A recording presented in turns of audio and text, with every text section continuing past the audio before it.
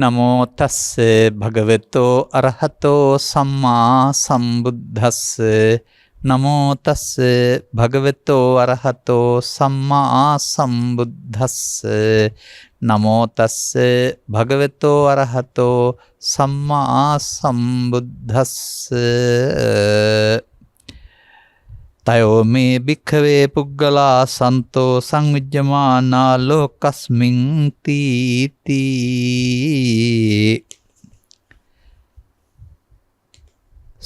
සොකිය ධර්මානුශාසනාවේ විකාශනය සඳහා රිලැක්ස් නාලිකාව තෝරාගත්තා වූ ධර්මශ්‍රවණාබිලාසී සදහැවර පින්නතුනි, අනුග්‍රහක බවතුන් අපට සපයා දෙන මාතෘකාව නිදහස් එකක්. නිවන් මගටම උපනිශ්‍රේ වන පරිදි ස්වාමින් වහන්සේ කැමති පරිදි ධර්ම දේශනාවක් කියලා ආරාධනය කරලා තිබෙනවා. රිලැක්ස් නාලිකාව ධර්ම දේශනා අතින් දිගු කලක් දේශනා කරපු එකක් නෙවෙයි. එබැවින් එහි ධර්මදේශනා තාමත් අපි කළත් පවත්වන්නේ සරල මට්ටමින්. විකාශනය බොහෝ විට ඉංග්‍රීසි භාෂාව නිසා සහ තේරුම් ගැනීම හුරු කරගනිමින් සිටින නිසා එයාගේ යහපත සඳහාත් ධර්මදේශනා යන්න කෙරෙහි අවධානය යොමු වී දැක්ම ක්‍රමයෙන් ගැඹුරට යා යුතු නිසාත් එක්වර අපි පැහැදිලි කරන දේවල් ගත්තොත් ගැඹුරු වැඩි කියලා හිතෙනවා. ඒ අනුව නොගැඹුරුත් නැති ගැඹුරු කාරණයකුත් වන අතීතයක් විග්‍රහ නොවෙන්නා වූ ඔබේ ජීවිතය විග්‍රහ වෙන ඔබ නුදුරු පැත්තක් පිළිබඳව තථාගතයන් වහන්සේ කළ විග්‍රහයක් ආශ්‍රයෙන් මිනිස් සමාජය විග්‍රහ කරන්නයි කල්පනා කරන්නේ. තථාගත බුදු පියාණන් වහන්සේ විග්‍රහ කළ පරිදි මේ චරිත තුන විතරයි ලෝකේ තියෙන්නේ. කොච්චර මිනිසුන් හිටියත් ඒ උන්වහන්සේගේ එක එක දැක්මවල් තිබෙනවා. මෙව තයෝ කියන එකම සිය ගණනක් ඇති. චත්තාරෝ කියන එකත් එහෙමයි. නමුත් එයින් ඒ මොහොතට අදාළ දෙයක් තමයි පැහැදිලි කරන්නේ. එතකොට මෙන්න මේ චරිත ලක්ෂ වලින් යුක්ත පුද්ගලයන් තුන් දෙනා මේක ලෝකේ ජීවත් වෙනවා කියලා මේ කියලා තිබෙන්නේ. සවන්දන නර්මන ඔබ මින් කවුද කියලා තේරුම් ගන්න. ඔබ ඉන්න තැන හරිද කියලා තේරුම් ගන්න. වැරදි නම් සුසු තැනට යන්න කල්පනා කරන්න. මේකේ තිබෙනවා තවත් පැත්තක්. දැන් ඔබ කිව්වොත් එහෙම ඔබේ විශ්වාසයේ ගලේ ඇඳ ඉර වගේ කියලා, ආදරයේ ගලේ ඇඳ ඉර වගේ කියලා, එතකොට ඒක හොඳ එකක්, නරක එකක් නෙමෙයි, නොමැකෙන එකක් නේ. ඒක නොමැකෙන ස්ථාවර හොඳ එකක් බවට පත් වෙනවා. ඒ ඔබ දක්වන අර්ථයෙන් තථාගතයන් වහන්සේ වදාහරන අර්ථය වෙනත් පැත්තක්. අපි ඒක බලමු. මම මේ කතා කරන්නේ ඔබ ගැන, සවන් දෙන නරඹන ඔබ ගැන. ඒකයි හැමදාමත් බුදුරජාණන් වහන්සේගේ කරුණ පැහැදිලි කිරීම වර්තමානයේ මිනිස්සුල් ජීවිතවල කතාව කියලා මම කියන්නේ. කවුද මේ තුන් දෙනා? කතමේ තයෝ කියන pāli භාෂාවේ තේරුම ඒකයි. ඔන්න දැන් පාලියෙන් තියෙනවා පුද්ගලයා තුන් දෙනාගේ නම් ටික අපි ලියනකොට තමයි අර්ථය කියන්නේ. පාසාන ලේකූපමෝ පුද්ගලෝ, පඨවි ලේකූපමෝ පුද්ගලෝ, උදක ලේකූපමෝ පුද්ගලෝ. කවුද නරක කවුද හොඳ කියලා හොයාගන්නවා. විස්තර ටික තියෙනවා, එකෙන් හොයාගත්ත හැකි. සාමාන්‍යයෙන් මේකේ පෙන්වන්නේ ගලේ ඇඳ ඉරක් වගේ පුද්ගලයා, මහ පොළවේ ඉරක් ඇඳ ඉරක් වගේ පුද්ගලයා සහ වතුරේ ඇඳ ඉරක් වගේ පුද්ගලයා. කල්ැතුව ඔබ හරි වැරදි තීරණය කරන්න එපා. තථාගතයන් වහන්සේ වදාළ පරිදි තීරණය කරලා බලන්න. කතමෝච බික්කවේ පාසාන ලේකුමෝ පුද්ගලෝ. කවුද මහණෙනි මේ ගලේ ඇඳ ඉර වගේ කියන පුද්ගලයා කියලා කියන්නේ?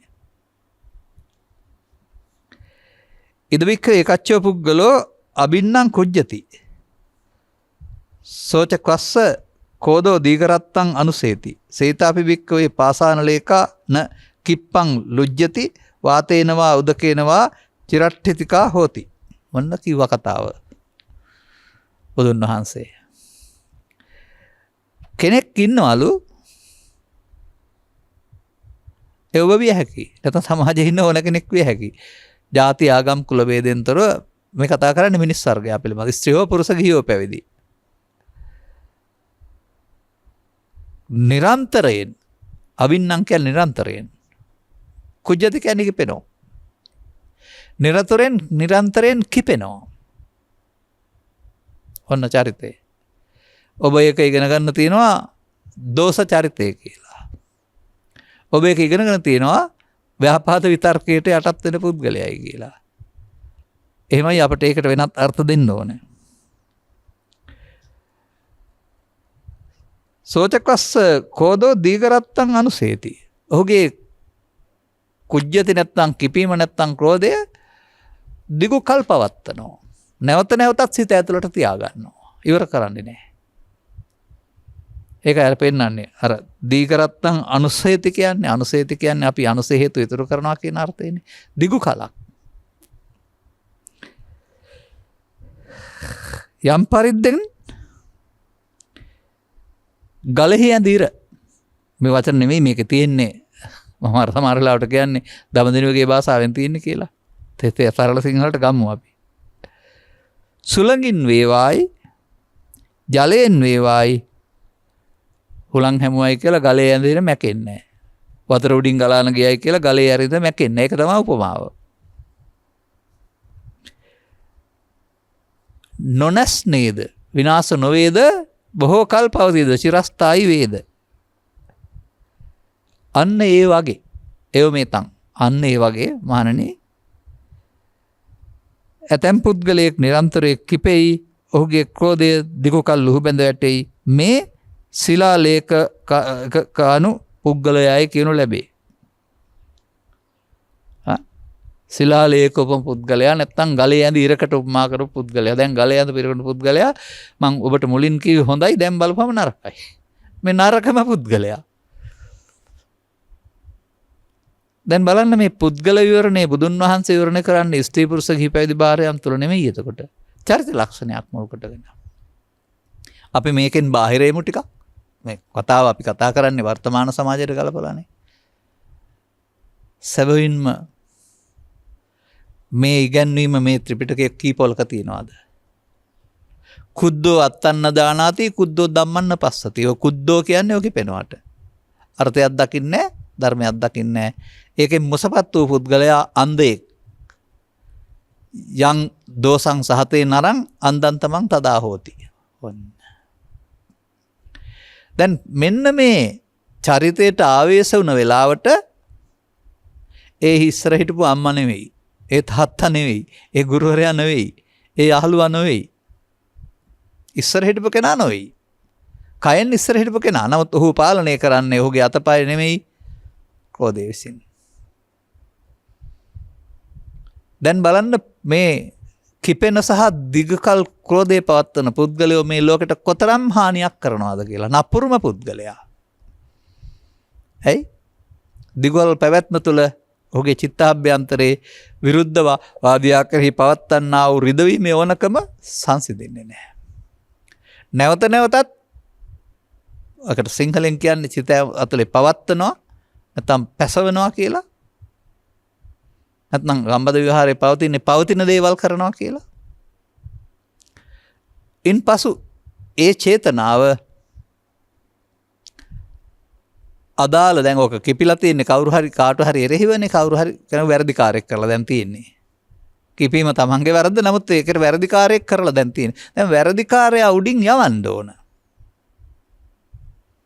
වචනෙන් රිදවන්න ඕන, පලිගන්න ඕන, ඇනුම් පදයක් කියන්න ඕන, බෝම්බයක් ගහන්න ඕන, දේශපාලන බලය යොදන්න ඕන, මන්තර ගුරුකම් කරන්න ඕන. මොනවද ඒ චරිතයට අදාළ මේ ද්වේෂ ලක්ෂණය අනුව යහපතද කරන්නේ?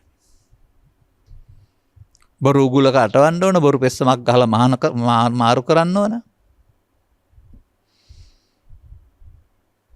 එබැවින් මේ උත්සන්න වූ ක්‍රෝධය දිගුකල් පවත්වන පුද්ගලයා මේ ලෝකේ ඉන්න ලොකු විනාශකාරියා. පාලකයෙකුට හම් වුණොත් එහෙම මේ කුජ්ජති දිගල් පැවැත්ම ඔහු පාවිච්චි කරන්නේ න්‍යෂ්ටිකාවි ලෝකෙට එරෙහිව. දඩයක්කාරයෙකුට අහුනොත් පාවිච්චි කරන්නේ පතරම. මන්ත්‍රකාරයෙකුට අහුනොත් පාවිච්චි කරන්නේ මන්තරය. කොහෙන් ගත්තත් ද්වේෂය පාවිච්චි වෙන විනාශය සඳහා. අවාසනාවකට ඒ හැඟීම හඳුනා නොගත්තා වූ සමාජයට පෘථග්ජන කියලා කියනවා. වුන් ළමා කාලේ සිට මහලු වෙන තුරුම මේකට පෝර දානවා. මේකට පෝර දානවට තවත් සූත්‍ර දේශනාවක පවතිනවා. පරිහාන ධම්මං වූ භික්ඛවේ දේසිස්සාමි කියලා. ඒකේ තියෙනවා මැද වචනයක් දෝෂ වේපුල්ලං. ද්වේෂය නැත්තම් තරහව බලවත් කරනවා. දැන් ඊතුරු විස්තර මම කියන්නේ නැහැ. මව තුල, පියා තුල, ගුරුවරයා තුල, පාලකයා තුල, සේවකයා තුල ඕනෑ කෙනෙක් තුල මේ අවස්ථාවේදී ඔබ දකින්නේ පියකරු මොහොනක්ද, පියකරු හැඟීමක්ද?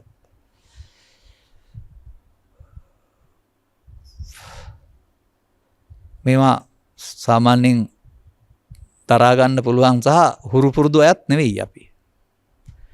සමහර වෙලාවට දැකලා තිබෙනවා අහම්මෙන් යම් තැන්වලදී යන විට මේ තරම් බිහිසුණුද මේ අය කියලා, මේ හොඳට කතා කරමින් ඉන්න අයගේ මේ මොහොතේ ස්වභාවය මේ තරම් බිහිසුණුද කියලා. ඉතින් මේ සඳහා මට ඔය වෙනදානම් තොරතුරු දැනගන්න හරියට ඔය මේ වාර්තා, පුවත්පත් වාර්තා සහ ප්‍රවෘත්ති වාර්තා කියවනවා. මට ඒවට දැන් විවේකයක් නැහැ. ඒ නිසා කියන්න ගියොත් පරණ කතා ටිකක් කියන්න තියෙන්නේ.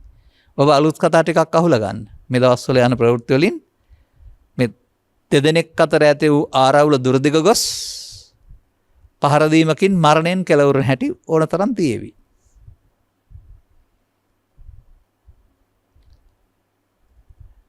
ඕනනම් මම මේ මාධ්‍යයට නොකියු නිසා මේක කියන්නම්.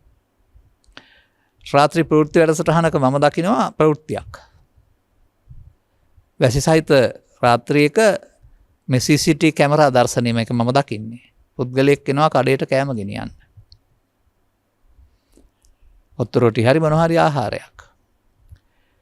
ඒ කාලේ වෙනකොට ආර්ථිකය වෙනස් වෙලා මිල වැඩි වෙලා තියෙන්නේ නැති. මේ මෑත දෙදයක් ඕක. තම පැරණි මිලට ගෙනියන්න එන්නේ නැති, සල්ලි තියෙන නැතු ඇති ඊට වඩා. ඒ නිසා මේ මිල වැඩි වීම පිළිබඳ බහින් බස් වීමක් වෙලා ඔන්න දැන් කුද්දෝ කිපුණා. දැන් අත්තන්න ජානාති ධම්මන්න පස්සති බලන්න ඉන් එහාට ගෙදර යනවා. මුදලාලි කඩේ ඉන්නවා. ගෙදර ගිහින් වැස්සේ එන්නේ පිහියකුත් අරගෙන. පේන්නනවා එනවා. පිහියක් අරන් ගිහින් පිහියෙන් මොකද කරන්නේ? මුදලාලිට කොටනවා. එතන කෑ ගැහිමක්, බහින් බස් වීමක් නැත්තම් සද්ද බද්ද වීමක් තිබිලා ඇතුලේ ඉන්නා වූ පුතණුවන් ඇතුළු සේවක වෙනවා. එන්නේ මෝල් ගසුත් අරගෙන. මෝල් ගහ කියන එක දන්නවනේ ගෙවල් වල ඉන්න අය. අර පුද්ගලයාට පියාට හතුරුකම් කිරීම එරෙහිමට එරෙහිව මෝල් ගස් පාවිච්චි වෙලා එතනම මෝල් ගස් පාරෙන් පරලෝ යනවා. මේ රූපාණී මෑතක දර්ශනයක් සමහරට නඩුත් ඇති දැන්. දැන් මේක අධිකරණය කියන්නේ පුද්ගලයෝ වැරදි කරයි කියලා. අපි කියන්නේ මේ සේරම වැරදි කළේ කුද්දෝ, කෝපේ. එනිසා කුඩා දරුවාගේ පවා ඉගෙන ගන්න වෙනවා උත්සන්න නොකළ යුතු, භාවිතා නොකළ යුතු කැත නරක උපකරණයක්, විනාශකාරී උපකරණයක් කුද්දෝ කියන්නේ. ඒ වෙලාවට ආවහම තමන් නෙවෙයි ඉන්නේ.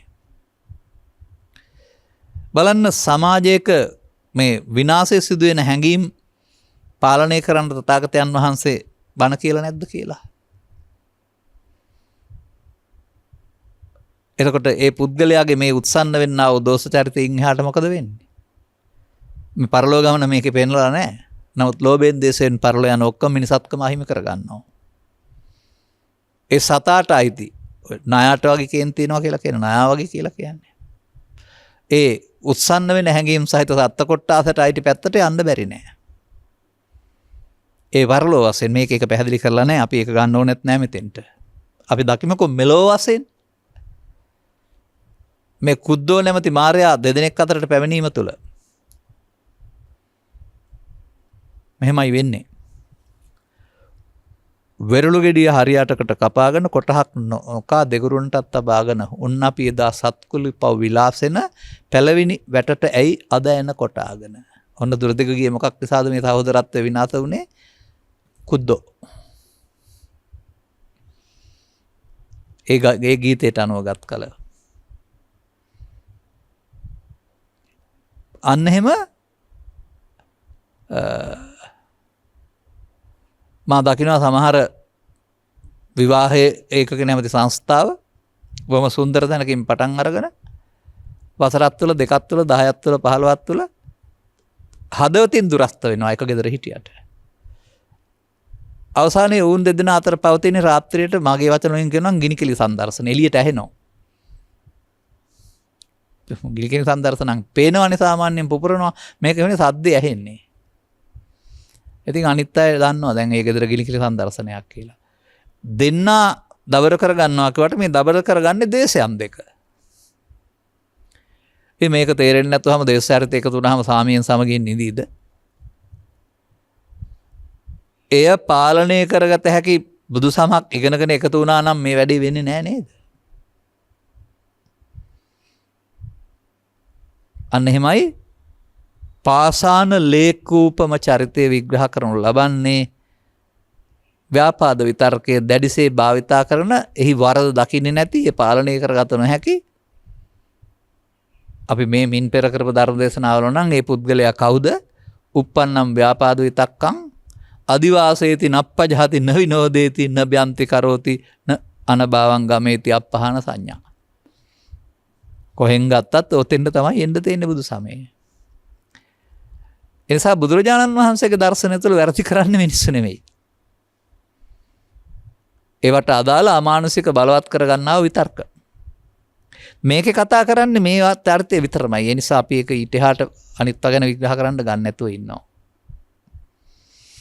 දැන් තවන් දෙන ඔබ සොකී කල්පනා ශක්තිය මෙහෙवला සොකී මතකයේ තුල සිදු විනාශයන් කල්පනා කරලා බලන්න.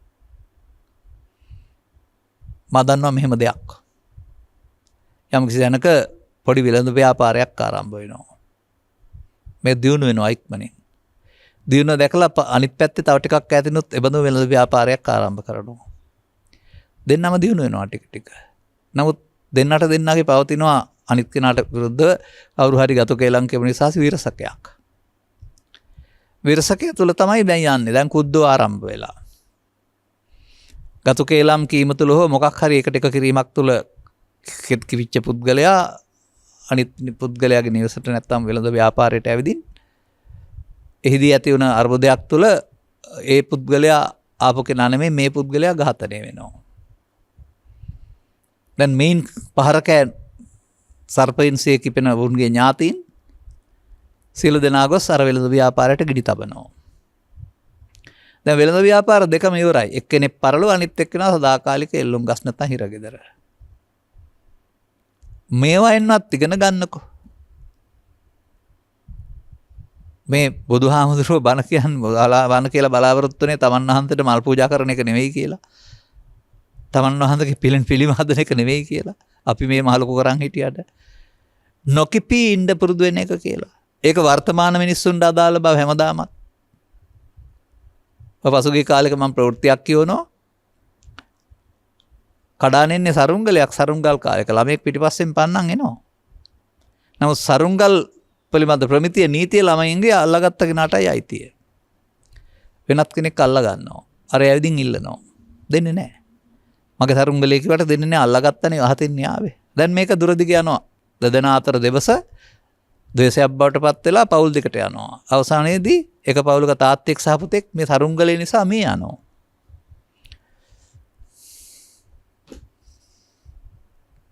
බලන්න මොකද්ද බුදුබණ කියලා. මේ දුෂ්ට හැඟීම සිතෙහි ජනිත නොකරගෙන බලවත් නොකරගෙන ඉන්න. බලවත් කරගත්තොත් පැහුණ උණු වතුරට උතුරන උණු වතුරට ඕන ගින්නක් නිවන්න පුළුවන්. ඒ රත් කරන ගින්නම නිවා දානවා. ඒ වගේ මේකට ඕන සම්පතක් විනාශ කරන්න පුළුවන්. ඔන්න බුදුරජාණන් වහන්සේ කතා කරන්නේ පඨවි ආපෝ තේජෝ කය ගැන නෙවෙයි. මේ මිනිසාගේ මේ හැඟීම් ගැන බව තේරුම් ගන්න. අපි පස්සේ කතා කරමු මේ හැම දිනාටම අදාළ මාර්ගයක් මේක තියෙන්න පුළුවන්. අනුගමනීය ප්‍රතිපදාව. මේකේ අනුගමනීය ප්‍රතිපදාව නැහැ. ඔහු දිගු කල් පවත්නවා. එබඳු පුද්ගලයොත් සමාජයේ ඉන්නවා. එබඳු පුද්ගලයින්ගේ චරිත ස්වභාවය ත්‍රිපිටකය තුළ දේශ චරිත කියලා උගන්වනවා. අධි දේශ චරිත කියලා. පුද්ගලයා ස්ත්‍රීද පුරුෂද ගිහිද පැවිදි කතාවක් නැහැ. දැන් නිකම් මම මෙතන කියන්නම් මෙන්න මේ උත්සන්න වෙන හැඟීමට එකතු වීම තමයි සංසාරේ පුරුදු කරලා තිබෙන්නේ. බුදුරජාණන් වහන්සේ මේට එරෙහිව මේ උත්සන්න වෙන හැඟීම භාවිතා නොකරන්නට අවශ්‍ය වීරියක් තමයි සමාජයට උගන්වන්න හදන්නේ. ඒ උත්සන්න වෙනවා වෙනකොට ප්‍රහීන වෙලා බිඳුව දක්වා අපහු ගෙනියන්න පුළුවන් එකක්. ඒ බිඳුව දක්වා ගෙනුවම තවත් දෙයක් හම්බ වෙනවා. ඒ කුමක්ද කවුද කියලා තව ඉදිරියට ගිහින් බලමු අපි. කතමෝච භික්කවේ පඨවි ලේකම පුද්ගලෝ. පඨවි කියන්නේ ඔබ දන්නවා පඨවි ධාතු මහ පොළොව වගේ කියන අර්ථයනේ. පඨවි කියන්නේ මහ පොළොවට නෙමෙයි. නමුත් පඨවි කියන වචනේ පාවිච්චි කරනවා ඒකට. කවුද මේ මහ පොළොව වගේ පුද්ගලයා කියන්නේ කියලා. ඉදවිච්ච ඒකච්ච පුද්ගලෝ අබින්නම් කුජ්ජති. තවත් කෙනෙක් ඉන්නවා. නිරන්තරයෙන්ම ඇසෙන දකින දැනෙන ඔය හැම කාරණයක් මුල් කොටගෙනම රත් වෙනවා. තවත් දෙකින් කියනවා නම් අර ලෝකේ ජීවත් වෙනකොට මේ මිනිස්සයා බාහිර කාරණා හැම එකක් නිසාම Taman කලබල වෙන පරිලහ නිරයක් හදාගෙන. එතකොට ඒ බඳු සියලුම ලෝකේ කාරණා වැරදි කියලා ගත්ත පුද්ගලයාට ඒවා නිසා නොසන්සුන් වෙන එක නවත්ත ගන්න බෑ. ඒකෙන් දැවෙන තැවෙනක නවත්තන්නත් බෑ. දැන් ඒ හැම කාරණයක් නිසාම කලබල වෙන එකට එයා දකින්නේ ලෝකේ වැරදි. Taman මේ தත්ත්වයට පත් කරන්නේ ලෝකය කියලා තමයි දොස් කියන්නේ. නමුත් ලෝකෙ මොකක්වත් නැහැ. Taman හදාගත් එකේ දුක විඳිනවා. මැරිලම වැටෙනවා සමහර විට. ඒක පාලනය කරගන්න බැරි වුණාම මැරිලම වැටෙනවා. ඒ නිසා බුදු සමයෙන් උගන්වන්නේ මිනිසාගේ හැඟීම් වලින් සිදුවෙන හානිය සහ යහපත. වැරදි පැත්තට ගත්ත හැඟීම් තුළින් සිදුවෙන විනාශය සහ අයහපත. ඒ හැඟීම් මරා දැමීමෙන් ලබාගත හැකි උස්සන්න කළ හැකි නැත්නම් උද්දීපනය කරගත හැකි මිනිස්සුන් තුළ සැඟවී තිබුණා වූ සැබෑ බෝසත් ගති ලක්ෂණ මිනිස්කම සමාජයට ඉස්මතු වෙන්න ඕනේ ඒකයි. අර හතුරා ඉන්නතුරු එයාට යට වෙලා ඉන්න වෙනවා. මොකද හතුරා බලවත්. බලවත් උනේ උට පොර දාලා බලවත් කරගෙන. නිරන්තරයෙන් කුජ්ජති නම් මේ පුද්ගලයා නැවත නැවත බලවත් කරනවා. මොළය බලවත් වෙනවා.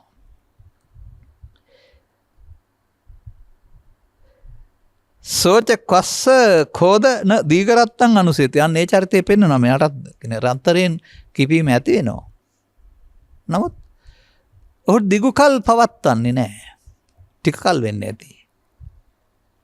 උපමාවකුත් පෙන්වනවා.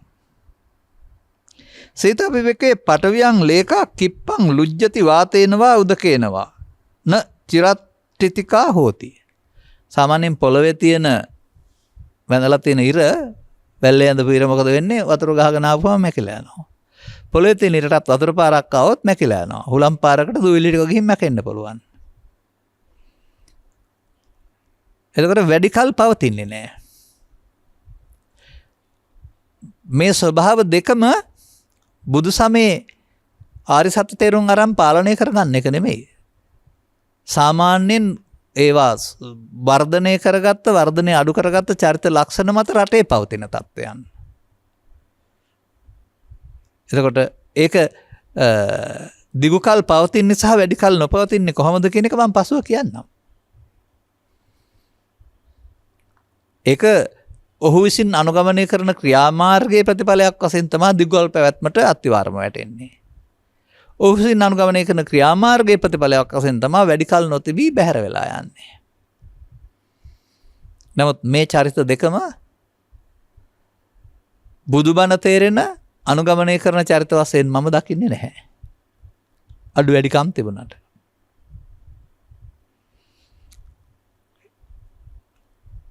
එතකොට දැන් ඔබට ඔබ තුල හෝ ඔබ ජීවත් වෙන සමාජය තුල හෝ මේ චරිත පෙන්වන්න පුළුවන් තිබෙන බව.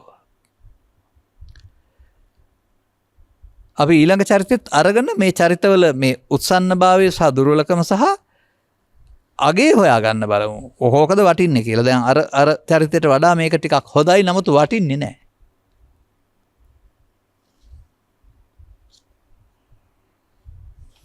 කතමෝච වික්කවේ උදකලේ කුකුම පුද්ගලෝ. ඉද වික්ක ඒකච්චෝ පුද්ගලෝ ආගල් හෝ නපි උච්චමානෝ පරසේනපි උච්චමානෝ අමනාපේනපි උච්චමානෝ සන්දියති වේව සංසන්දති චේව සම්මෝදිතේව සීතාපි වික්කවේ උදකලේකු ලේකා කිප්පං යේව පටිගච්ඡති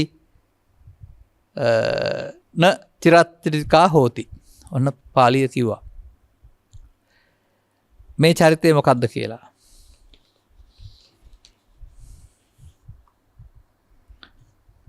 මහණෙනි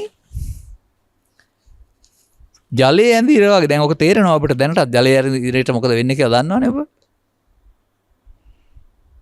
ලෝ ඇතැම් පුද්ගලෙක්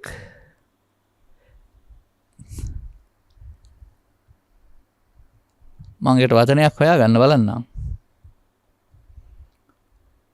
නොයැවිස්සෙන ආකාරයෙන් කියනු ලබන තද නැති වචනිනුත් පරුස වචෙන් කියනු ලබන්නා වූ වචනිනුත් සිත්ගන් නැති ඒ කියන්නේ හිස්කේලාම් කියමුකෝ අපි කියන වචනේනොත් ලබන්නේ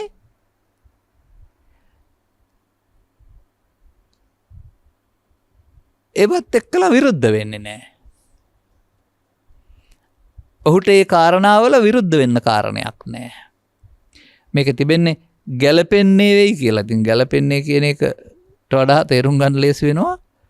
අර තුන් ආකාරයකට සමාජයෙන් එල්ලවෙන්නා වූ කාරණා මේ පෙන්වන්නේ සරලව කීවත්, තදින් කීවත්, පරස වචනෙන් කීවත්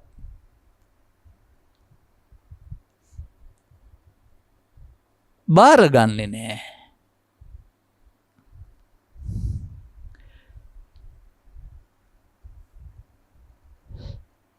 සතුටු වන්නේම වෙයි.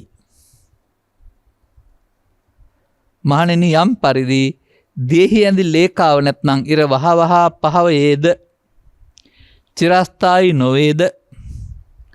මහණෙනි එපරිද්දෙන්ම මේලොව ඇතැම් පුද්ගලයෙක් අර කියනු ආකාරයෙන්ම සරලව කීවත්, අදින් කීවත්, පරස වචනෙන් කීවත් ඒක කළා එකඟ වෙනව ඇරුණාම විරුද්ධ වෙන්න ගැටෙන්න යන්නේ නැහැ. ඒ විතරක් නෙමෙයි දුක් වෙන්නෙත් නෑ, සතුට වෙනවා කියලා තියෙනවා. ජලයේ ඇඳ ඉර වහා මැකෙන සුළුයි. දැන් අර ඔබ කතා කරපු නොමැකෙන හිතවත්කම ගලේ ඇඳ ඉර කිව්වොත් ඒක හොඳයි. දැන් බුදුරජාණන් වහන්සේගේ විග්‍රහයට අනුව වැඩියෙන් හොඳ වතුරේ ඇඳපු ඉර. අරවා හොඳ නැහැ. දැන් මේක මෙහෙම විග්‍රහ කළාට මදි. මෙහෙම වෙන්නේ කොහොමද? අන්න අපි එකයි හොයාගන්න ඕන. මේ චරිත තුන ආශ්‍රයෙන් මේවා මෙහෙම වෙන්නේ කොහොමද? මේක මෙහෙම වෙන්න මොකද කරන්න ඕන? අන්න ඊට පස්සේ අපිට මේක ගන්න වෙනවා අපි සමාජයේ ජීවත් වෙනකොට පාවිච්චි කරන ඉන්ද්‍රයන් වලට. මේ ඕනෑම පුද්ගලයෙක් පාවිච්චි කරන්නේ ඉන්ද්‍රයන් ඇස කන නාසය දිවකය. ඒවත් එක්ක ලෝකේ ජීවත් වීමේදී ඔවුන් තමා ප්‍රියාප්‍රිය වශයෙන් හදාගන්නේ තම තමන්ට ආවේනික දේවල්. තම තමන්ට කැමති විදිහට මව හෝ පියා හෝ සහෝදරයෝ හෝ දරුවන් හෝ පරිසරය හෝ හැසිරෙන විට ඔහුට කුද්දම් පටන් ගන්නවා කුද්දෝ. ඔහු ඒ තමන්ගේ හිතේ උපදින වරදක් වශයෙන් දකින්නේ නැහැ. ඔහු ඒ සාධාරණය කරගන්නවා. ඒ තත්ත්වයට තමන් පත් කරන්න හේතුනා වූ බලවේගයට දොස් තබනවා. අවුවට වැස්සට පින්නට වචනයකට. නැත්නම් විනාශ කරන්න බලනවා. අන්න එහෙමයි මේ චරිතය වර්ධනය වෙලා යන්නේ. දැන් මේ චරිතය ඒ මොහොතේ උපන් සිතුවිල්ල විසින් පාලනය කරන එකක් පුද්ගලයා. ඒකෙන් අපි තව ටිකක් එහාට වචනේ ගන්නවා මේ මොහොතේදී ඔහුගේ තථාගතයන් වහන්සේ වදාළ පරිදි සක්කාය දිට්ඨි නැත්තම් මම වෙන්නේ මේ කුද්ද නැත්තම් කෝපය. අන සමාජයේ තේරුම් ගන්න ඕන බුදු සමය සඳහන් මම යනු මයන්න හෝ කයන්න යන්න නොව මගේ ජනප්‍රිය වචනයක් ඕකෝය. සමාජය හිතන්නේ මයන්නෙන් මම හැදෙනවා කයන්න යන්නෙන් මම හැදෙනවා කියලා. මේ චරිතයට අනුව මම හැදලා තියෙන්නේ කුද්දෝ කුජ්ජති කිපීමෙන්. කිපීම නැමැති මම ආපහු ප්‍රතික්‍රියා දක්වනවා. ඒ කිපීම නැති මම ඊට පස්සේ සිත කය වචන පමණක් නෙවෙයි Tamanට තියෙන සියලු අවියාවද සම්පත් ඒ සඳහා යොදා ගන්නවා. මේකට මම කියන්නේ මිනිසා තුළට මායя රිංගනවා කියලා. රිංගනවා විතරක් නෙවෙයි හුස්වලාගෙන කරන වැඩේ සාධාරණයි කියලාත් මිනිසාට උගන්වනවා. ඒ කියන්නේ ඔන්න දැන් මෙතනින් ඉගෙන ගන්න ඔහුගේ චරිතයේ මේ වැඩි වෙන ලක්ෂණයට තමයි ඔහුට ද්වේෂය නිට්ටයයි සුඛයි ආත්මයි. මොකද ද්වේෂය කියන්නේ අපුණ්‍යාවි සංකාරයක්. ඔහු ඒක ප්‍රතික්‍රියා දක්වන්නේ මගේ සහ මම සහගේ මගේ ආත්ම කොට ගන්න නිසායි. ඒ මගේ මම මගේ ආත්ම කොට ගන්න නිසා ඔහුට ඒක නිට්ටය සුඛ ආත්ම වශයෙන් පෙනෙනවා. ඔහු ඊට පස්සේ ඒ හැඟීම් මුල් කොටගෙන ප්‍රතිචාර දක්වන්නට Tamanට හැකි සියලු සම්පත් යොදා ගන්නවා. මේ පෘථග්ජන පිස්සන් කොට නැවති පිස්සු ලෝකේ ඉන්න නරකම පිස්සා මේ මම කතා කරන්නේ.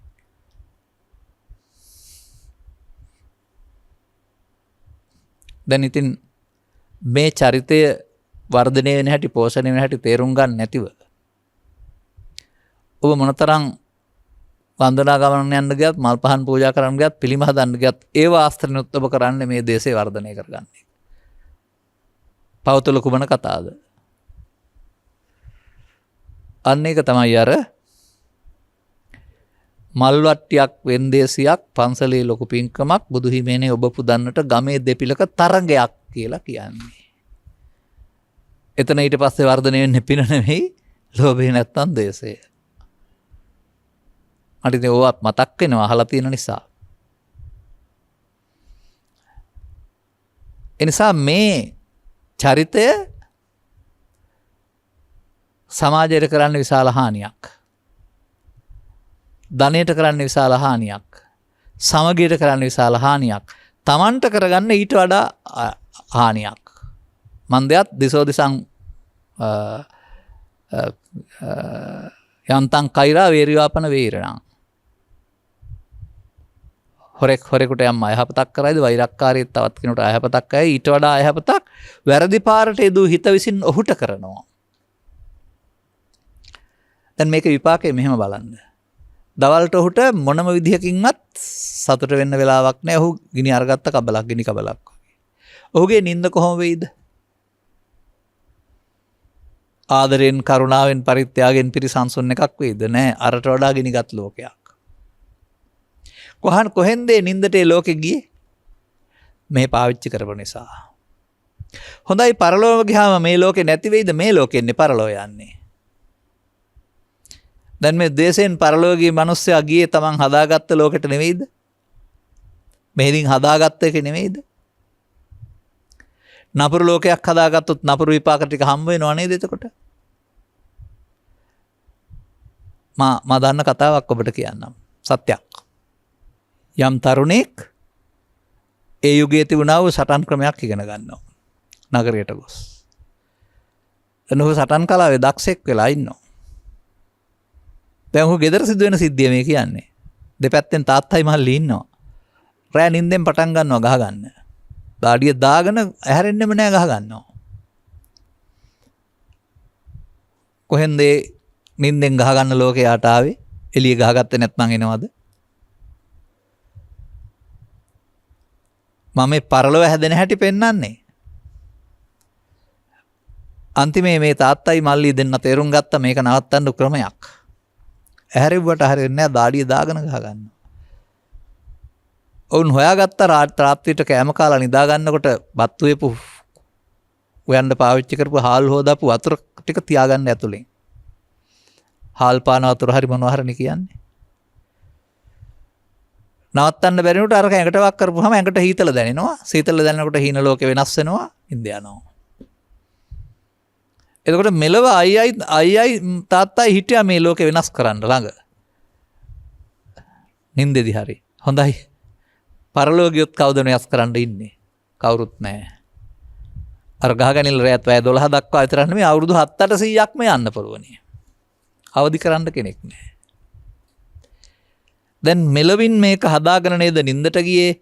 දැන් හදාගත්ත නිසා නේද පරලොවක් තියෙන්නේ. දැන් මේකට පවෙන් පරලොව යාම නැත්නම් ද්වේෂයෙන් පරලොව යනවා. දැන් කී අවුරුද්දක් දැවෙන්න වෙයිද? සිහිනයි කියලා හිතෙනවද මේක? නෑ අර පුද්ගලයාටත් ඒ දාඩිය දාගෙන ගහගන්නේ ඇත්ත වශයෙන් පේන නිසා. මේවත් උදව් කරගන්නකො ඔය මනෝරුබ්බංගමා ධම්මා කියන්නේ ඔක ලෝකෙ නෙමෙයි තියෙන සිතේ කියලා තේරුම් ගන්න. හදාගත්තොත් එහෙනම් ඒකේ විපාකය තමයි නිදි ලෝකේ තියෙන්නේ. ඒක විපාකය තමයි මරණින් එහා පැත්තට හම්බ වෙන්නේ. ඒ නිසා පස්දරු උදව් කරන ආධ්‍යාත්මික ලෝකයක් හදාගම ආධ්‍යාත්මික ලෝකයේ ආයතන 6 දුක්ඛ සත්‍ය කියලා කියන්නේ ඔන්න ඕකයි. දැන් ජීවිතෙන් එහා පැත්තට මේ තමන් කරගත්ත දෙයට විපාකයේ විඳවන්න වෙනවා. කන්නම් කන්න විපාකම්. එදවින් තේරුම් ගන්න ඕන එබඳු චරිතයක් බලවත් කරන උත්සන්න කරගන්න එක සමාජයට අයහපතක් වගේම පරලෝ වශයෙන් තමන්ට ගැලවෙන්න බැරි අපායක් හැදෙන්නේ කලක් තිස්සේ. එනිසා අපි වුණත් අපි උත්සන්න කරගත යුතු නොවේ. තවත් කිසි කෙනෙකුගේ මේ හැඟීම උත්සන්න වෙන ආකාරයෙන් කටයුතු නොකිරීම තමයි යහපත් මිනිස්සුන්ගේ බෞද්ධිකගේ සම්ප්‍රදාය වෙන්න ඕන. එහෙම තිබෙනවද? නැහැ.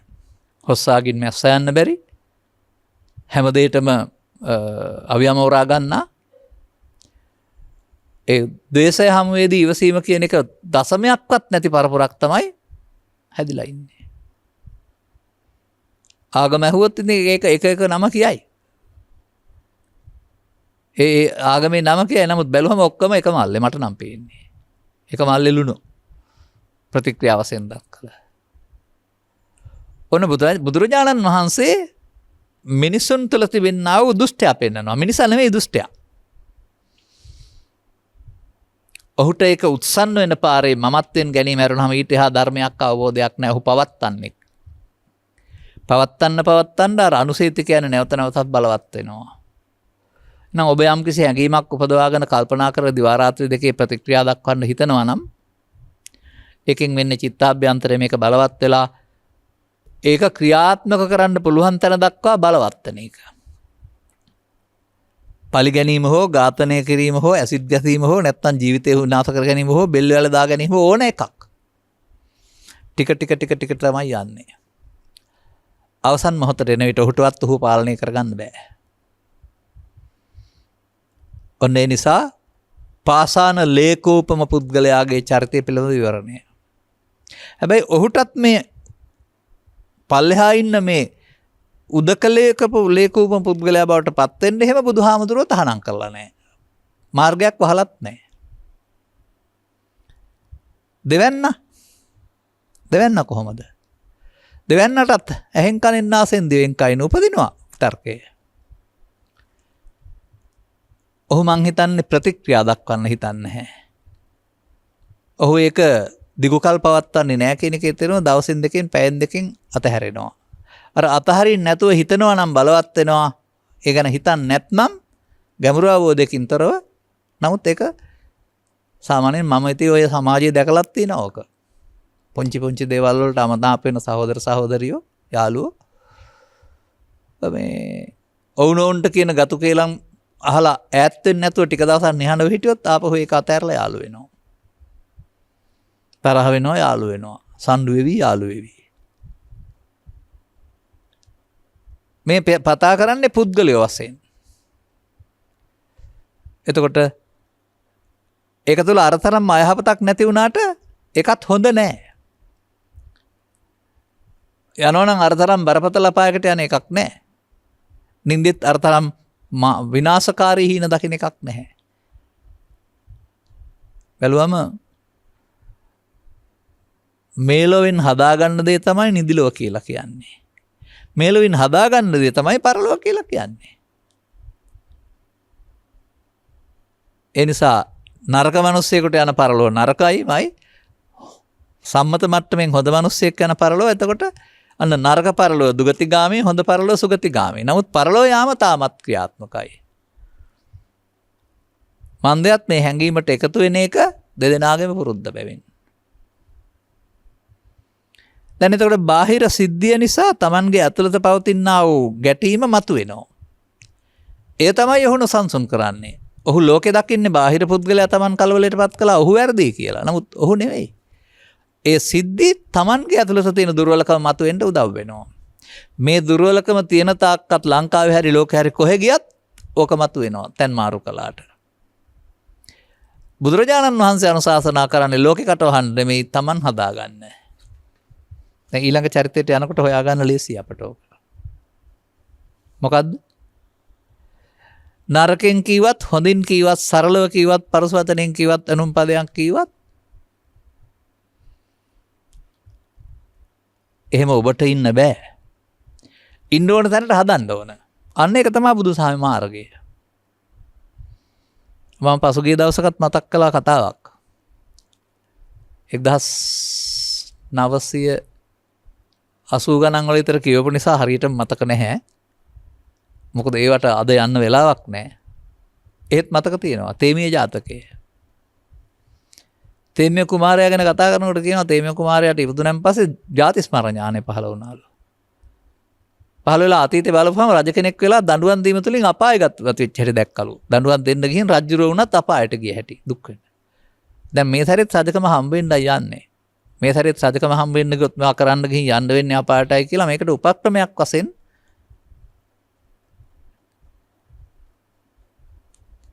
කුමාරයා වුණාට ඉන්න කල්පනා කරයි කියනවා ගොළුෙක් නොවි ගොළුෙක් බිහිරෙක් නොවි බිහිරෙක් අන්ධයෙක් නොවි අන්ධයෙක් දැක්කත් නොදැක්කා වගේ අර කියලා කියන්නේ. පේනවා නමුත් අන්ධයෙක් නොවි අන්ධයා කියන එකේ තේරුම ලෝකෙ පෙවුනට Tamande ඇවිස්සෙන්න දෙයක් නැහැ කියන එක. අන්න මෙතනින් හොඳට හොයාගන්න බාහිර සාධකයේ Taman ළඟ තියෙන කුණුගොඩ අවුස්සයි. කුණුගොඩක් නැත්නම් අන්න බුදුරජාණන් වහන්සේගේ ධර්මයෙන් පෙන්නන්නේ අර බාහිර සාධක හදන්න නෙවෙයි කුණුගොඩක් නැතුව ජීවත් වෙන්න. දැන් මේ උදකෝලයකම පුද්ගල චරිතයෙන් පෙන්නන්නේ අන්න ඒක තමයි. දැන් මේ කියන විදිහට නිකම්ම මිනිස්සෙකුට බෑ අපිට ධර්මයේ පැහැදිලි කරලා ගේන්න ඕන මෙතෙන්ට. එවිට ඇහෙන් හම්බ වුණත් කනින් හම්බ වුණත් නාසයෙන් හම්බ වුණත් ඒක එකඟ වෙන්නේ නැත්නම් ඇලෙන්නේ ගැටෙන්නේ නැත්නම් අර සතුට වෙනවා කියන්නේ සතුට කියන එකේ තේරුම අපිට ඔය උද්ධාමයටපත් වෙනවා කියන එක නෙමෙයි. වරදක් වශයෙන් නරකක් වශයෙන් හොදක් වශයෙන් මොනම කාරණයක් වශයෙන් ගන්නෙ නැහැ. එතකොට අල්ලා ගන්න නැත්නම් ඉතුරු නැතුව නැති වෙන එකට අනිත්‍ය කියලා කියනවා. අල්ලාගෙන පස්සේ ගන්න ඉතුරු වෙනවට නිට්ටය කියලා කියනවා. අර මේ චරිත දෙකේ පස්සේ උපදින්නේ තියලා තියෙන නිසා. මෙයා තියන්නේ නැහැ. මේ අය මඤ්ඤමානෝ මෙයා අමඤ්ඤමානෝ. උදකලේකම පුද්ගලයා අමඤ්ඤමානෝ පාසාන ලේකම පුද්ගලයා මඤ්ඤමානෝ. මත්ෙන් අරගෙන ප්‍රතික්‍රියා දක්වන්න යනවා.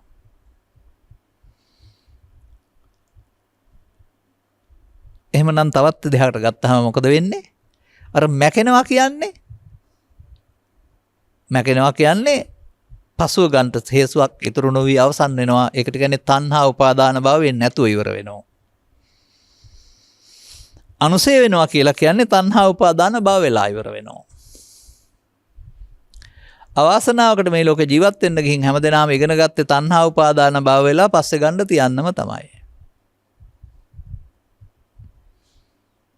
පස්සේ ගන්න තියෙනකොට තියපු මට්ටමක් එනවා අපහු. තියන්න බලවත් වෙලා එනවා. එබඳු සහෝදරයෝ දෙනෙක් එබඳු සැමියෙක් සහ බිරිඳෙක් ජීවත් වෙන්න ගියාපුවම බුදුන් වහන්සේ සැමිය සහ බිරිඳට පෙන්නනවා චවෝ චවා සද්දින් සංවස්ති කියලා. එහෙම නැත්නම් චවෝ කියන පදේ පෙන්වන්නේ යකෙක් කියන අර්ථය නෙමෙයි මලමිනියක් කියන එක. ඒක මෙතෙන්ට ගැලපෙන්නේ නැහැ. නමුත් එතකොට ගෙදර යකෙක් යකින්නක් එක්කලා ජීවත් වෙනවා. ඉතින් එතකොට දෙන්නට දෙන්න කැත්තට පොල්ල. ඕනෑ වෙලාවක ඇවිල්ලා යන්න ලෑස්ති. ඒ මිනිසුන් තේරුම් ගන්න ඕන දෙයක් තියෙනවා.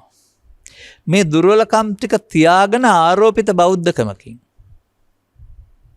බොරුවට සුදු ඇඳුමක් ඇඳගෙන හරි බොරුවට ශික්ෂාපද සමාදන් වෙලා හරි බොරුවට වන්දනා ගමනක් ගිහින් හරි මේ චරිත නම් පෝෂණය කරන්නේ. මම දකිනවා එක චරිතයක් ප්‍රධාන චරිතයක්. මෙහෙවන පිරිසක් එක්කලා යන්නේ විශාල ගමන්. නමුත් අසුරු ගසන සැනකින් ඔහුගේ ඇතුළත තිබුණා වූ කෝපය ඉපදුනහම මුළු නඩේම ඉවරයි.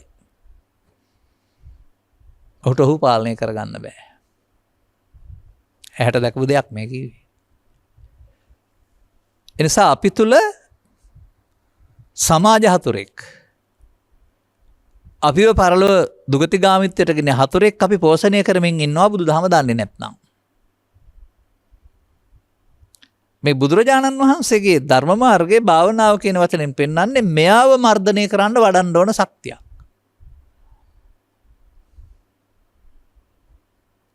දැන් මේ අය ඉන්නේ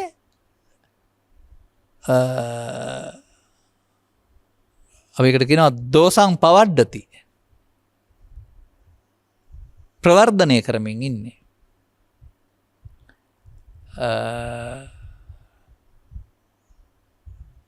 වැඩි දියුණු කරමින් ඉන්න අය. අන්න පෘථග්ජනයට අදාළ චරිතය ළමා කාලේ සිට මහලු කාලය දක්වාම මේ ගැඹුරු දහමක් තේරුම් ගන්න නැත්නම් මෙන්න මේ මොන රැකියාව මොන යහපත් දේ කරන්න ගියත් මේ ඇතුළතින් මේක බලවත් කරගන්නවා. දැන් දවසට එක වතාව නම් වෙන්නේ එක සැරේයි දුක්. දෙසරෙන් නම් දෙවතාවයි 100ක් නම් 100. පැය 24ෙම නම් පැය 24ෙම හු දැවි දැවි ජීවත් වෙනවා. ඒක නොවේද බුදුදහමේ පෙන්වන දුක? මේ බාහිර සාධක වලට එන්න තමන්ගේ ඇතුළ මේක තියෙන්න ඕන නේද? නැත්නම් එන්නේ නෑ නේද? ඔබ තබාගත්ත නිසා නේද නැවත ඉපදීමේ දුක මේ. වන්නෝක තමයි නැවත ඉපදීමේ දුක කියන්නේ. තබපු එකක් නැවත උපදිනවා මෙහෙන් හම්බ වෙනකොට. අපි ඉතින් මව් කුසෙන් බිහිවීමටම නැවත ඉපදීම කියලා හිතන් ඉන්නවා. ලෝභයේ දේශේ මොහේ බාහිර සාධක නිසා නැවත ඉපදීම තුළ දැවෙනවා.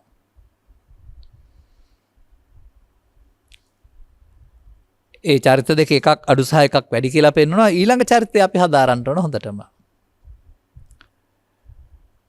ඒ නිකම්ම පුද්ගලයෙක් නෙමෙයි පෙන්වන්නේ. බුදුරජාණන් වහන්සේ වදාළ පරිදි බාහිර සාධකයේ මුල් කොටගෙන තමන්ගේ ඇතුළත පවතිනා වූ කාම විතර්කයේ ව්‍යාපාද විතර්කයේ උස්සන්න කරගන්න නැති ඒකට එකතු නොවන පුද්ගලයා. ඔහු එක ප්‍රහාණය කරලා. අන්න මේ බුදු සමයේ උත්සාහය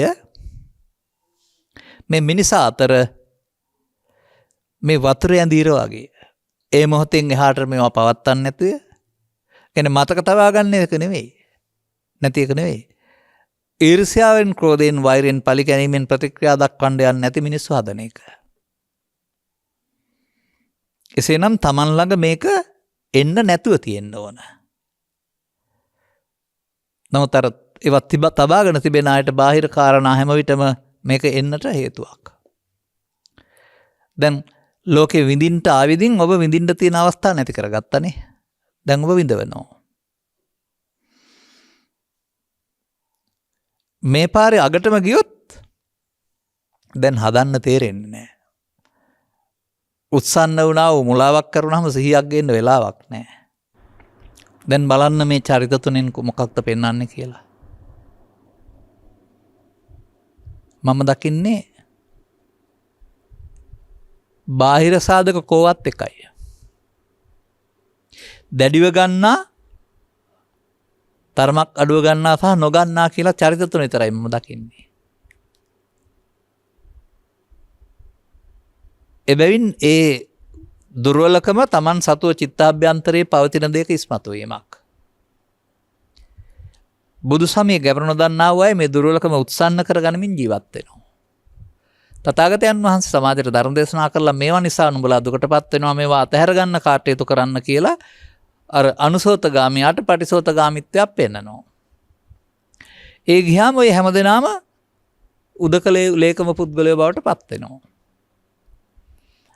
ඔවුන්ගේ සංසුන් සිත අවුස්සන්න පුළුවන් බාහිර සාධකයක් නැහැ.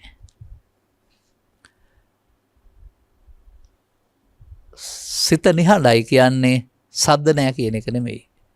අර බාහිරින් එල්ලෙන අටලෝ දහමට අදාළ කාරණාවලදී කුද්දෝ කලබල වෙන ස්වභාවයක් නැති විට ඒ ලැබෙන සැපය විඳලම බලන්න. අයින් කරගම බලන්න. මං හිතන්නේ නිවිලා ඉන්නවා කියන්නේ ඒකට තමයි. එහෙනම් ඒ නිසා කලබල වෙන්න අදාළ හේතු චිත්තාභ්‍යන්තරයේ සකස් කරන වැඩි දියුණු කරගෙන ලෝකෙට දොස් කියන චරිත බවට පත් වෙන්න එපා. ලෝකේ කවදාවත් අපට නවත්තන්න බෑ. පසුගිය දවසක මම අතුලූපාසක කතාව පැහැදිලි කරමින් නින්දන්ති තුන්නිමාසීනම් නින්දන්ති බහුබාණිනම් මිතබාණිබි නින්දන්ති කියලා කිව්වා. වැඩියෙන් කතා කරුවාම ඒකට දොස් කියනවලු, නින්දා කරනවලු. කතා නොකර හිටපුවාම ඒකටත් දොස් කියනවලු. මදක් කතා කළත් දොස් කියනවලු. අදත් ඒක ලෝකෙ හැටි කියලා පෙන්නනවානේ. අන්න අපට කරන්න තිබෙන්නේ මෙන්න මේක තේරුම් ගන්න එක. මේ සිදුවීම් ලාභාලාභ වශයෙන් බාර ගැනීමෙන් මම හැදේ. මම ඉන්නකොට කලබල වෙයි. කලබල වීම මම බවටපත් වේ. නමුත් ඒවා ස්වභාවයෙන්ම දීලා තිබෙන්නේ හඳුනාගෙන නැති වෙන්න ඉන්න එහාට අපි පවත්න්නේ නැත්නම් එහෙනම් අර මේකේ පෙන්වන ආකාරයට ලාභයයි අලාභයයි සැපයි දුකයි නින්දායි ප්‍රසන්නයි හොඳ එකයි නරක එකයි කියලා මොකක්වත් නැහැ. ලෝකෙ තිබුණාට අපට මම ඔය පුංචි කතාවක් කියනකොට මෙන්න මෙහෙම අත්දකින්නවා. කුමක්ද පිළිවෙත කියලා කියන්නේ? ගුරුවරයාගෙන් ශිෂ්‍ය අහනවා. පිළිවෙත කියන්නේ එදිනදා ජීවිතය. එදිනදා ජීවිතය කියන්නේ මේ පිළිවෙත ගැන විස්තර කරන්න. ඒකට ඔය හරි වැරදි හොඳ නරක ආදී වචන වළංගු වෙන්නේ නැහැ. අර හරි නිසානේ උද්ධහමයටපත් වෙන්නේ, වැරදි නිසානේ කලබල වෙන්නේ. Taman එහෙම ගන්න නිසානේ. මේ දෙකෙන් අතමෙදී උපේක්ෂා සහගත වුණාන් පස්සේ අර දෙකටම අපි සම්බන්ධ නැහැ. දෙකේම උද්දාමයකුත් නැහැ, කලබල වීමකුත් නැහැ. මේ හිත හදන දහමක් නේද? ලෝකෙට කලබල නොවෙන්න තමන්ගේ චිත්ත අභ්‍යන්තරය පිරිසුදු කරගත්තාම ලෝකෙත් එක්කලා ගැටුමක් නැහැ. අර එකතු වෙන එකට නිත්සුකාත්ම වශයෙන් බැලීම කියනවා. එකතු නොවෙන්නාට බලන්නේ ලෝභයේ, ද්වේෂයේ, මෝහයේ අනිත්‍ය. එකතු නොවීමෙන්. එතකොට මෙන්න මේ උපක්‍රමශීලී බුදුන් වහන්සේ වදාරන්නේ වැඩෙන පාරේ යන්න එපා, ෂෙවෙන පාරේ යන්න. 아무තු බණක් නෙමෙයි බැලුවාම. මිනිසා ස්වභාවයෙන් වැඩෙන පාරේ යමින් ඉන්නවා. තථාගතයන් වහන්සේ අත්දැකලා මේක වඩවන්න නැත්නම්, එකතු වෙන්නේ නැත්නම් මේක මූලයේ ගලවන්න පුළුවන්. එවිට ලෝභක්ඛය, දෝසක්ඛය, මෝහක්ඛය මෙතෙන් අදාළ වුණත් අපි කතා කළේ ද්වේෂ චරිතය ගැන පමණයි. khය බිඳුවට බහින එක. නිබ්බානං. ලෝභක්ඛය, දෝසක්ඛය, මෝහක්ඛය නිබ්බානං. ලෝභයේ, ද්වේෂයේ මේ වර්ධනය දුක්ඛං. ඔන්න දුක තේරුම් ගන්න පාරක් තියෙනවා. එහෙනම් අනුසෝතගාමී ආවත් පෘථග්ජනයා නිරන්තරයෙන් ජීවිතේ දුක් බහුල කරගනිමින් යනවා. ඊයේ හිටියට වඩා අද හිටියට වඩා හෙට හිටියට වඩා මහලු වයසට යන විට අසහනීය දුක පීඩනය කොපමණද කියන්න බෑ. ලබාගත් ජීවිතේ මේ මෝඩකම කරන්නේ නැත්නම් පටන් ගත්ත තැන තේරුම් ගත්ත තැන ඉඳලා ආපහු යනවා. අර තථාගතයන් වහන්සේ වදාළ සිහියෙන් කටයුතු කිරීම නම් වූ, ඒ කියන්නේ පොතේ පෙන්වන සතිපට්ඨානය කියන අර්ථය නෙමෙයි, සිහියෙන් කටයුතු කිරීම නම් වූ හැබැයි ක්‍රියාමාර්ගයේදී මේ හදාගත්ත මෝඩකම් ටික අයින් කරන්න දවස් 7ක් සහ අවුරුදු 7ක් ඇති කියලා තියෙනවා. මටත් හිතෙනවා එහෙම කියලා. තේරුම් ගත්ත පුද්ගලයාට. මොන හේතුවක් නිසා ආත්ම 7ක් දීලා තියෙනවද මම දන්නේ නැහැ. තාමත් මම ගැන හිතනවා. නතේ භවං අට්ඨමං ආදියන්ති කියලා 8 වෙනි වතාවක් උපදින්නේ නැහැ කියලා කියන කාරණේ තේරුම ඔය අර්ථය දන්නෙත් නැහැ. ඇයි බුදුන් වහන්සේකට දීලා තියෙන්නේ මේ අර සූත්‍රයට ජීවිතේ අවුරුදු 7යි දවස් 7යි ඇතුළත කියලා. මේ වර්ධනයේ ජීවිත කාලයම වෙන්න පුළුවන්. නමුත් අතහරින පාර පටන් ගත්තොත් කාලය යොදන තරමට, උත්සාහ කරන තරමට, වීරිය කරන තරමට ඉක්මනින් හිටපු තැනට ආපහු යන්න පුළුවන්. දැන් මේ බඳු සිතකින් ලෝකේ ජීවත් වෙනකොට කොයි වගේ වෙන්නේ නැද්ද? ඔන්න ඔබට යම් මට්ටමකට මේ தත්වයන් අතහැරගෙන එනකොට සහනයක් දැනෙනවා නම් බුද්ධ ආදී උතුමන් වහන්සේලා සම්පූර්ණ කරගත්තම කොහොම සහනයකින් ඉන්නවද කියලා තේරෙනවා ඇති. ඒක ඉතින් එතෙන්ටපත් වෙලාම බලන්න ඕන නිවන් සැප කියන්නේ මොකක්ද කියලා. මොකද ඒක ප්‍රඥාවෙන් දකින්න ඕන දෙයක් නේ. දැන් මෙතෙන්ට පැමිණීමට තමයි මම කියන්නේ සද්ධර්මයට පැමිණීම කියලා. මෙතන මුල් කොටගෙන ජීවත් වෙනකොට තමයි ලෝකේ හැබෑවටම ධර්මයේ සරණ කරන ජීවත් වීම තියෙන. ධම්මං සරණං ගච්ඡාමි තියෙන්නේ උතන තමයි. ඊට මෙහා නෙවෙයි. ඒ ධර්මයේ සරණින් මොනම කාරණයක් නිසාවත් අපි කිපෙන්නේ නැහැ. කලබල වෙන්නේ නැහැ. එහෙමයි ඔය බුදු සසුනේ සඳහන් තෙරුවනෙහි නොගැඹුරු අර්ථය වෙනකොට ගැඹුරු අර්ථයට යන්න වෙන්නේ. ඉතින් හරිනේ. ධම්මදීපා භික්ඛවේ විහෙරති ධම්ම සරණ අනඤ්‍ය සරණ. ධර්මයේ දිවෙනක් කොටගෙන වාසය කරන්න ධර්මයේ සරණ යන්න වෙන මොකුත් සරණ යන්න එපා. නමුත් අපි ලෝභයේ, ද්වේෂයේ, මෝහයේ, ඊර්ෂ්‍යාව, ක්‍රෝධයේ, වෛරයේ, ධානයේ සරණ යනවානේ. ඒ ධර්මයේ සරණද? නෑ, කෙලෙස් වල සරණ. මේ එකකින්වත් සරණ වෙන්න එපා. අනඤ්‍ය සරණ. එබැවින් මේ සූත්‍ර දේශනාවල විවරණය කරන ලබන්නා වූ ඔබගේ ජීවිතය තේරුම් අරගෙන ඔබගේ ජීවිතයේ දුර්ලභ පැත්ත වර්ධනය කරගන්න එකේ හානිය තේරුම් අරගෙන තථාගතකරුන්ගේ ආදේශනා පිළි අරගෙන වර්ධනය වෙනුවට ශූන්‍ය බවට පත් කරගන්න. එතකොට නිවන ශූන්‍යයි නෙමෙයි, ජීවිතයේ ලෝභයෙන්, ද්වේෂයෙන්, මෝහයෙන් ශූන්‍ය වෙයි. අදාළ මගයන්ට අවශ්‍ය කරුණු අවබෝධ කරගන්න මේ ධර්මානුශාසනාව උපනිස් වේවායි කියන ප්‍රාර්ථනාව කරමින් අපි ධර්මානුශාසනාව මෙසේ අවසන් කරනු ලබනවා. ධර්ම දේශනාව සඳහා දායකත්වයෙන් දරා තිබෙන්නේ කුරුණෑගල වැල්ලව පාරේ ආඳාගල එන්ටේටි මානෙල් මාවතේ අංක 31 9 දරන නිවසේ පදිංචි EMP එදිරිසිංහ මෑණියන් විසින් නොයි. අරමුණු අතර 2007 දෙසැම්බර් මාස 29 වෙනිදා හදිසි අනතුරකින් පරලොස්පත් වූ ආදරණීය පුතුණන් වන KM උදිත සංජීව කරුණාරත්න උදිසන්දිව කරුණා නායක තරුණ මහතාට මේ මහා පුණ්‍ය ශක්තිය අවශ්‍ය නම් අනුමෝදන් වී ලබාගත් ජීවිතය සුවපත් වේවා. ලබන මතු භවයකදී දීර්ඝායු සම්පත් ලැබී කල්යාණ මිත්‍ර සේවනයේ ලැබී නිවන් මඟ හෙළි කර ගන්නට ලැබේවා. වචන අඩුයි මම හදලයි කියන්නේ. සුජීවත සිට මෑණියන් ඇතුළු පවුලේ සෑම සියලු දෙනාට නිදුක් නිරෝගී සුවපත් භාවය සාචර ජීවනයේ සැලසේවා. පවුලේ නමින් මියගිය සංසාරගත ඥාතිහිත මිත්‍රාදීන් සියලු දෙනාට අමා මහ නිවන් සම්පතම පිණිස මේ උතුම් කුසලයේ හේතු වේවා. ගෞරවනීය දේශකයන් වහන්සේටත් ප්‍රාර්ථනීය බෝධියකින් උතුම් වූ නිර්වාණය සාක්ෂාත් කර ගැනීමට හේතු වේවා. හොඳයි, ඉතින් 100% එකඟ නොවුනත් සඵල වී ඇති ඔබගේ යහපත් අදහස් සඵල වේවා. ගෞතම සසන තුළ සම්මා සම්බෝධිය අවලංගුයි. ගෞතම සසන තුළ පච්චේක බෝධියත් අවලංගුයි. ගෞතම සසන තුළ ඉතුරු වෙලා තියෙන අරහන්ත බෝධිය විතරයි කියලා අපේ බෞද්ධයින් තේරුම් ගනිත්වා. සබ්බිහිතේ වජ්ජන්තු සබ්බ රෝගෝ විනස්සතු මාතේ භවත් අන්තරායෝ සුඛී දීඝායුකෝ භව. හැම දිනාටම තෙරුවන් සරණයි.